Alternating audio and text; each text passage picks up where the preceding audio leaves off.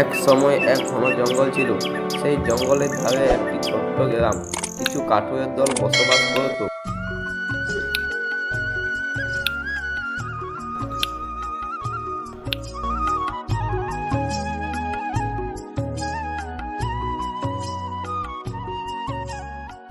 ওই দল বেঁধে জঙ্গলে কাঠ কাটতে যেত।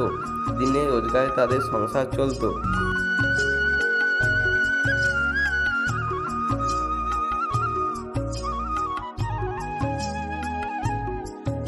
একদিন সকালে 5 জন কাঠুরে একসাথে জঙ্গলে ঢোকে।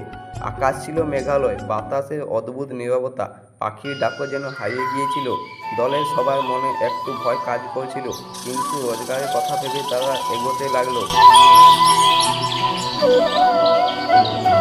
তাদের মধ্যে রতন নামে এক যুবক কাঠুরে ছিল সবচেয়ে সাহসী। সে বলল, কাজটা তাড়াতাড়ি শেষ করি, বৃষ্টি নামার আগে কাঠ কেটে ফিরে যেতে হবে। সবাই মাথা নেড়ে কাজে লেগে গেল।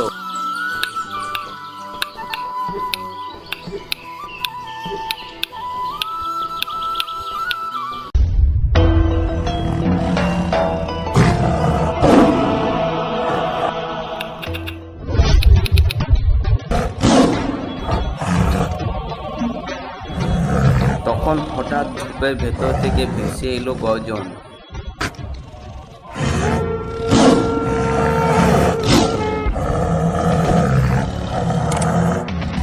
সবাই থমকে গেল।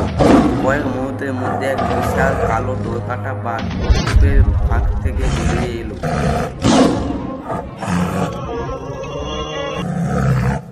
চোখ দুটো উজ্জ্বলন্ত আগুনের মতো। কেউ কিছু বুঝে ওঠার আগেই বাঘটি লাফিয়ে দিল, রতনের উপর ঝাঁপিয়ে পড়ল। রতন চিৎকার করে উঠল, বাঁচাও, বাঁচাও! কিন্তু মুহূর্তের মধ্যে বাঘের ধারালো দাঁত এবং নখে সে মাটিতে লুটিয়ে পড়ল। দলের বাকিরা আতঙ্কে চারিদিকে ছুটতে লাগলো।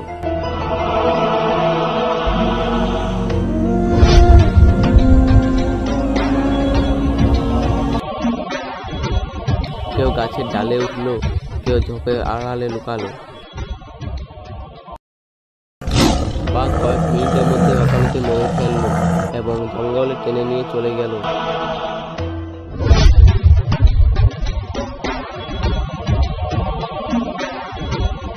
আবার চারিদিকে নিঃশব্দ হয়ে গেল এবং বাতাসে বইতেছিল শুধু রক্তের গন্ধ।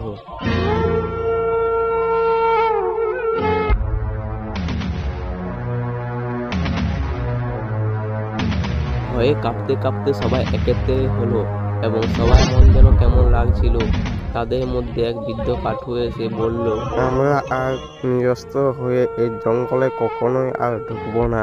আজ রতন নিজের সাহসের দাম দিল, কিন্তু এই ঘটনা আমাদের জন্য বড় শিক্ষা হয়ে দাঁড়ালো।